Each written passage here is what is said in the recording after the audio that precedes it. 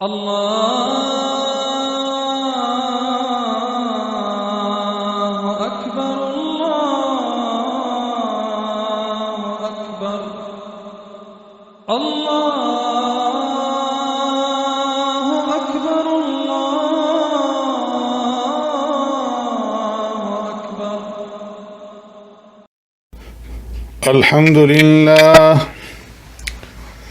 الحمد لله وكفى والصلاة والسلام على سيد الرسل وخاتم الأنبياء أما بعد فأعوذ بالله من الشيطان الرجيم بسم الله الرحمن الرحيم وقرن في بيوتكن ولا تبرجن تبرج الجاهلية الأولى صدق اللہ مولانا العظیم. قابل صد احترام سامعین و ناظرین، السلام علیکم ورحمۃ اللہ وبرکاتہ. آج کی اس مجلس میں عورتوں کے لباس مسنون اور شرعی پردہ سے متعلق چند گزارشات آپ کے گوش گزار کی جائیں گی. عورتوں کا لباس مسنون اور مشروع یہ ہے کہ ان کے لیے موٹا لباس ہو جس سے بدن کا رنگ اور بال نظر نہ آئے، اور ان کا جو لباس ہو وہ ڈھیلا ڈھالا ہو، چست نہ ہو، ٹیٹ نہ ہو، اور بدن کی ہیئت کو نمایاں اور ظاہر کرنے والا نہ ہو، اور نہ ہی ان کا لباس مردوں کے مشابہ ہو، نہ غیروں کی لباس کی نقل ہو اور نہ باریک ہو. مرد و زن کا باہمی تعلق اور ان کے آپس میں میل جول کی حدود انسانی تمدن کی وہ بنیادی چیزیں ہیں کہ جن میں ذرا سی کوتاہی پورے تمدن کو، پورے معاشرے کو تباہ کر کے رکھ دیتی ہے. اور اس کا مشاہدہ انسانی تاریخ کے مختلف ادوار سے بخوبی لگایا جا سکتا ہے. یہی وجہ ہے کہ قرآن کریم میں اللہ تبارک و تعالیٰ نے بڑی تفصیل سے اس موضوع پر کلام فرمایا ہے. کہیں مردوں اور عورتوں کو نگاہیں نیچے رکھنے کا حکم دیا ہے تو کہیں عورتوں کو بات چیت کرتے وقت نرم لہجہ اختیار کرنے سے روکا ہے، اور کہیں صحابہ اکرام رضوان اللہ اجمعین کو حکم دیا ہے کہ اگر تمہیں کچھ پوچھنا ہو یا لین دین کرنا ہو تو امہات المؤمنین سے پردے کے پیچھے سے کرو. اسلام میں پردے کی بڑی اہمیت ہے، اور پردے کے بارے میں بہت تاکید ہے. عورتوں کو پردے کا حکم چونکہ رب العالمین نے قرآن کریم کے ذریعے سے دیا ہے، اور شریعت کا قاعدہ یہ ہے کہ جس چیز کا حکم اللہ تبارک و تعالیٰ قرآن کریم میں دے دیں تو وہ کام فرض ہو جاتا ہے. جیسے نماز کا حکم قرآن کریم کے ذریعے دیا گیا اس لیے نماز فرض ہے، رمضان کے روزوں کا حکم قرآن کریم کے ذریعے سے دیا گیا تو روزے فرض ہوئے. اسی طرح زکوٰۃ اور حج کا حکم بھی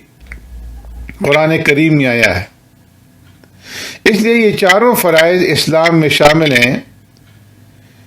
اسی طرح پردہ کا حکم بھی قرآن کریم میں آیا ہے، اس لیے مسلمان عورتوں پر پردہ کرنا ہی فرض ہے. اور جس طرح نماز، روزہ، زکوٰۃ وغیرہ فرض ہونے کے باوجود ادا نہ کرنا بڑا گناہ ہے، اسی طرح جب مسلمان خاتون پر بالغ ہونے کی وجہ سے پردہ فرض ہو جائے تو اس فرض کو ادا نہ کرنا یہ بھی بڑا گناہ ہے۔ ایک حدیث میں پیارے پیغمبر صلی اللہ علیہ وسلم نے دوزخ میں جانے والی 4 عورتوں کا ذکر فرمایا۔ ان میں سے ایک وہ ہے جو بے پردہ گھر سے نکلنے کی عادی ہو، یعنی جب گھر سے باہر نکلے تو وہ بناؤ سنگار کر کے آراستہ پیراستہ ہو کر کے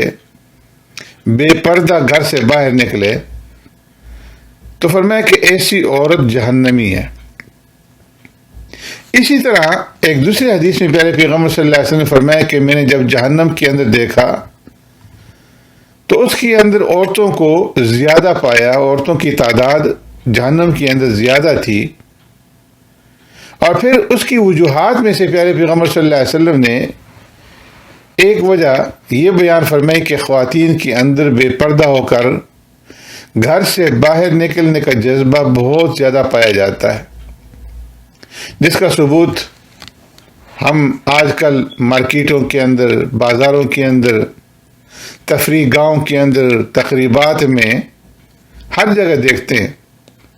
کہ خواتین پورے بناؤ سنگار کے ساتھ ہر جگہ پر موجود ہوتی ہیں اور بدنگاہی اور بد نظری کا ذریعہ بنتی ہیں، اور یہی گناہ آگے بڑھ کر کے مردوں اور عورتوں کو بے شمار گناہوں کے اندر مبتلا کر دیتا ہے، جس سے ان کی دنیا اور آخرت دونوں برباد ہو جاتی ہیں۔ عورت کی ذاتی حیثیت جو ہے اللہ رب العزت نے ایسی بنائی ہے کہ وہ ایک بیش بہا خزانہ کسی ہے۔ شریعت اسلامیہ نے پہلا اصول یہ سکھلایا کہ عورت کی ذاتی حیثیت ایک انتہائی بیش بہا خزانہ کسی ہے، اور اس خزانہ کو خائنوں سے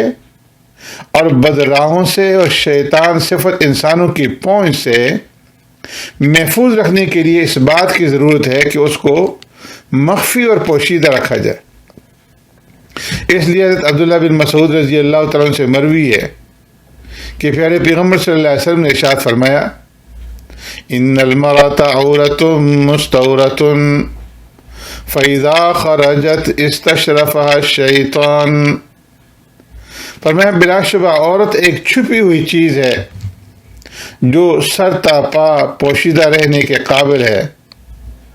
اور وہ جب باہر نکلتی ہے تو شیطان اسے تاکتا ہے، اور اس طاق میں لگ جاتا ہے کہ اب کسی کو بدخیالی کے اندر، اور کسی کو بدعملی میں، اور کسی کو بدنگاہی کے اندر مبتلا کرے۔ ظاہر ہے کہ عورت کی یہ مخفی حیثیت اس کے بغیر قائم نہیں رہ سکتی کہ عورت کا اجنبیوں کے ساتھ اختلاط ختم کر کے اس کو الگ تھلگ اور یکسو رہنے کا حکم دیا جائے۔ اس لیے شریعت نے ان زینت نظر بننے والیوں کی طرف نظر کرنے، ان کی آوازوں پر کان لگانے، ان کی طرف مائل ہونے، ان سے میل جول پیدا کرنے اور ان کے ساتھ خلوت کرنے اور بے حجابی برتنے سے جس طرح مردوں کو منع فرمایا ہے، اسی طرح عورتوں کے حق میں اجنبیوں کے ساتھ تنہائی اختیار کرنے، نرم آواز سے گفتگو کر کے ان کے دل میں طمع پیدا کرنے، آراستہ ہو کر باہر نکلنے، بے حجاب ہو کر منظر عام پر آنے اور بے پردگی کے ساتھ رہنے سے منع فرمایا اور اس کو حرام قرار دیا ہے۔ اور پیارے پیغمبر صلی اللہ علیہ وسلم نے واشگاف الفاظ کے اندر یہ ارشاد فرمایا، نعم العمل للنساء امتی العزل، میری امت کی عورتوں کا بہترین کام یکسوئی اور مردوں سے کنارہ کشی ہے۔ عورتوں کی عصمت کی حفاظت اور معاشرے کی اخلاقی پاکیزگی کے لیے یہ انتہائی ضروری ہے کہ عورتوں کا مردوں سے کم اختلاط ہو، جس کی سب سے اچھی صورت یہ ہے کہ عورتیں بغیر ضرورت کے گھروں سے باہر نہ نکلیں۔ ان کا ایسا کرنا نامحرم مردوں سے ٹکراؤ اور شدید فتنے کا سبب بنتا ہے۔ اس لیے قرآن کریم میں رب العالمین نے مسلمان عورتوں کو اپنے گھروں میں ٹکے رہنے کا حکم دیتے ہوئے ارشاد فرمایا،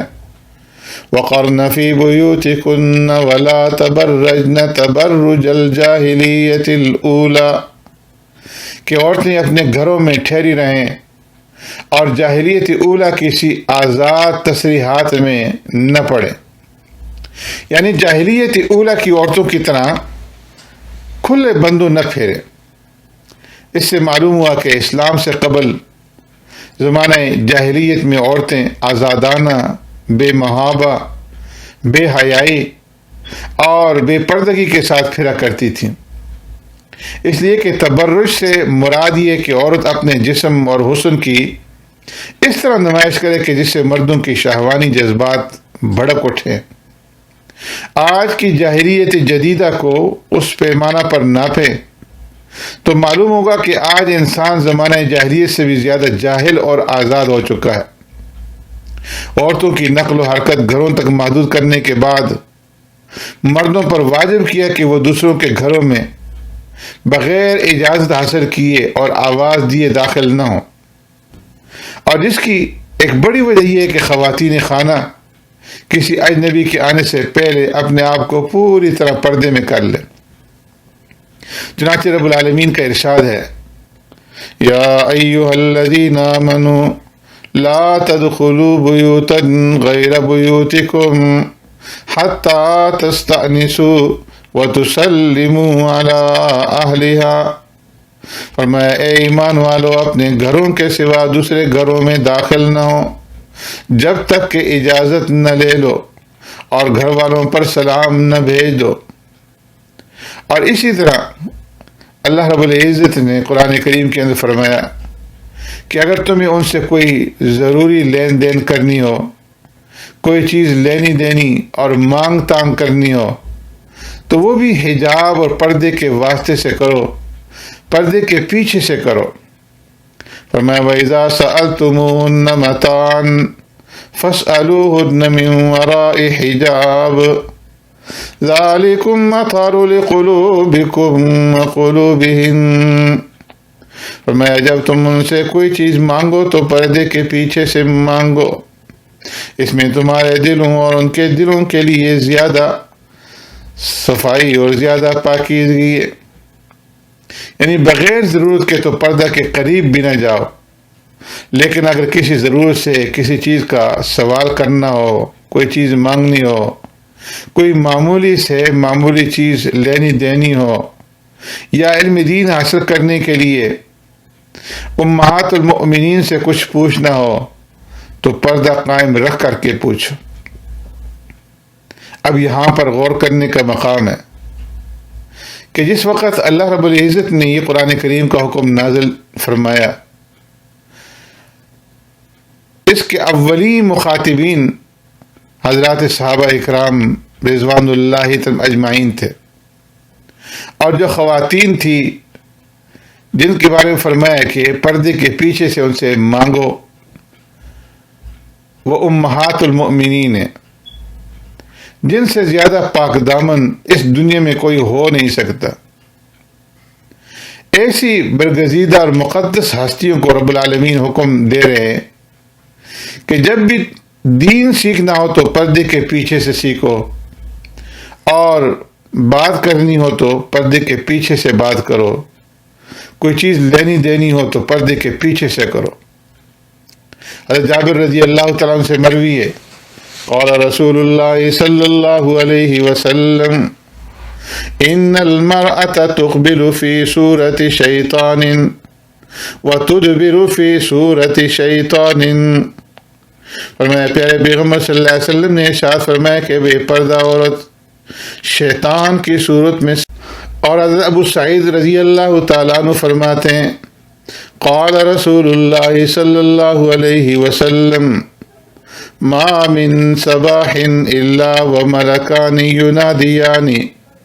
ویل للرجال من النساء وویل للنساء من الرجال، فرمایا پیارے پیغمبر صلی اللہ علیہ وسلم نے ارشاد فرمایا کہ ہر روز صبح کے وقت دو فرشتے منادی کرتے ہیں، آواز لگاتے ہیں کہ ہلاکت ہے مردوں کو عورتوں کی وجہ سے، اور ہلاکت ہے عورتوں کو مردوں کی وجہ سے۔ ایک طرف تو مرد کے لیے عورت اور عورت کے لیے مرد رحمت اور راحت ہے، جیسا کہ حدیث میں فرمایا گیا کہ دنیا کی بہترین نعمت نیک بیوی ہے،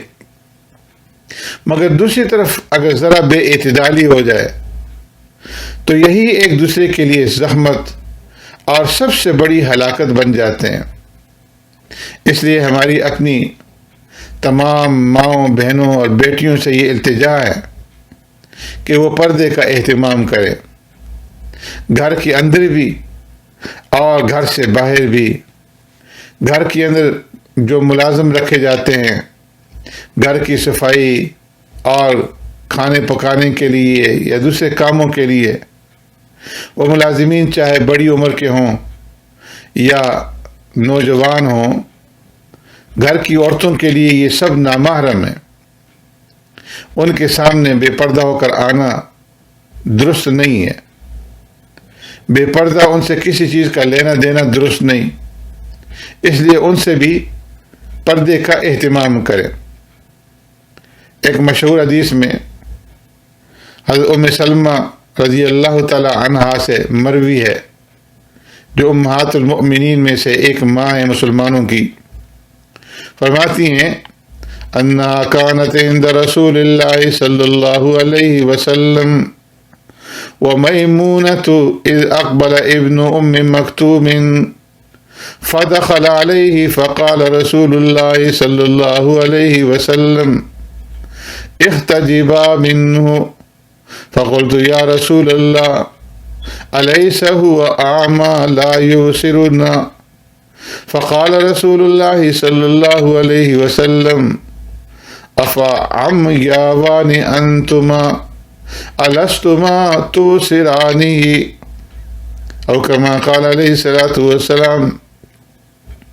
فرماتی ہیں کہ ایک مرتبہ وہ یعنی ام المؤمنین حضرت ام سلمہ رضی اللہ تعالیٰ عنہ اور ام المؤمنین حضرت میمونہ رضی اللہ تعالیٰ عنہ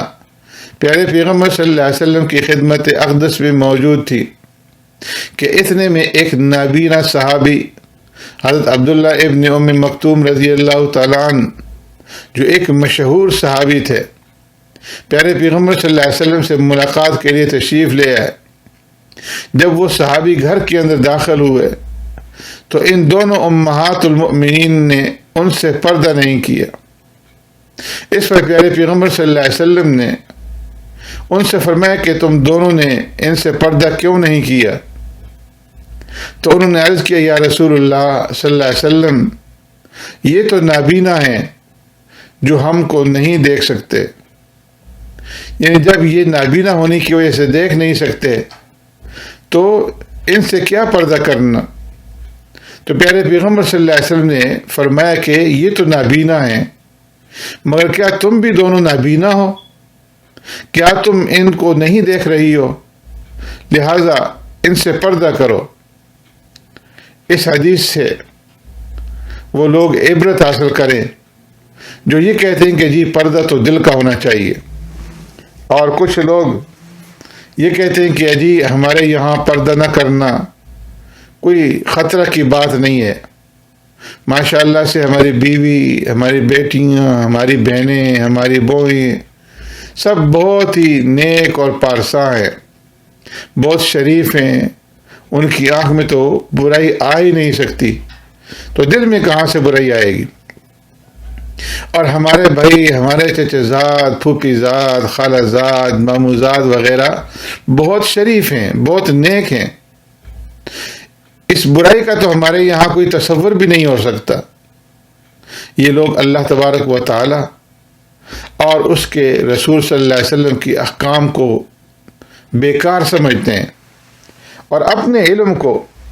اللہ تبارک و تعالی کے علم سے زیادہ سمجھتے ہیں۔ اگر کوئی خطرہ ہی نہیں تو پھر اللہ تبارک و تعالی نے ایسے احکام نازل کیوں فرمائے؟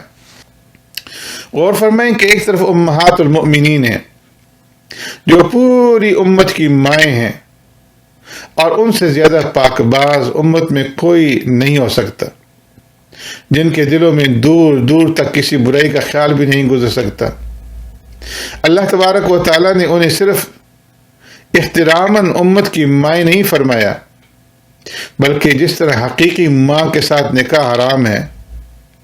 اسی طرح امہات المؤمنین سے بھی امت کے مردوں کا نکاح حرام ہے۔ اور یہ اللہ رب العزت کا حکم قرآن کریم کے ذریعے سے دیا گیا ہے۔ اللہ تبارک و تعالیٰ کا ارشاد ہے، وَلَا تَنْكِحُوا أَزْوَاجَهُ مِن بَعْدِهِ أَبَدًا إِنَّ ذَلِكُمْ كَانَ عِندَ اللَّهِ عَظِيمًا۔ اور نہ تمہارے لیے یہ جائز ہے کہ رسول اللہ صلی اللہ علیہ وسلم کے وصال کے بعد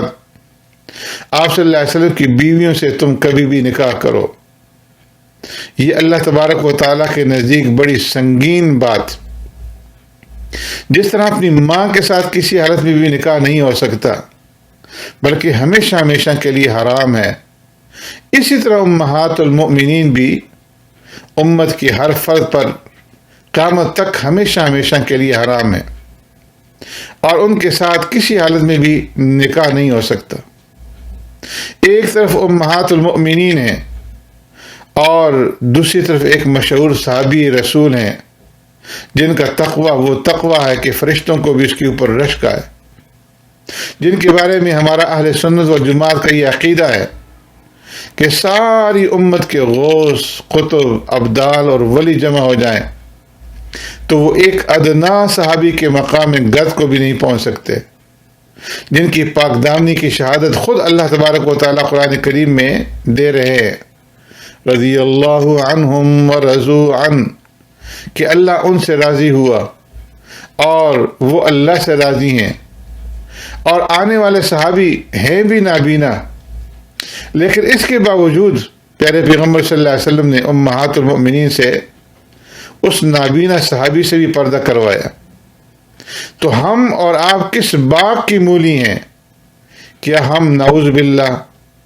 ان سے بھی زیادہ پاک دامن ہیں کہ ہمیں پردہ کی ضرورت نہیں، ہرگز نہیں۔ ہم تو سر سے لے کر کے پاؤں تک گناہوں سے آلودہ ہیں اور گناہوں کے دلدل میں ڈوبے ہوئے اور پھنسے ہوئے ہیں۔ اس لیے ہمیں بہت زیادہ پردے کے اہتمام کی ضرورت ہے، اور کوئی ایسا لباس نہیں پہننا چاہیے کہ جس سے بے پردگی ہو۔ سبحانک اللہم و بحمدک نشہد ان لا الہ الا انت نستغفرک و نتوب الیک۔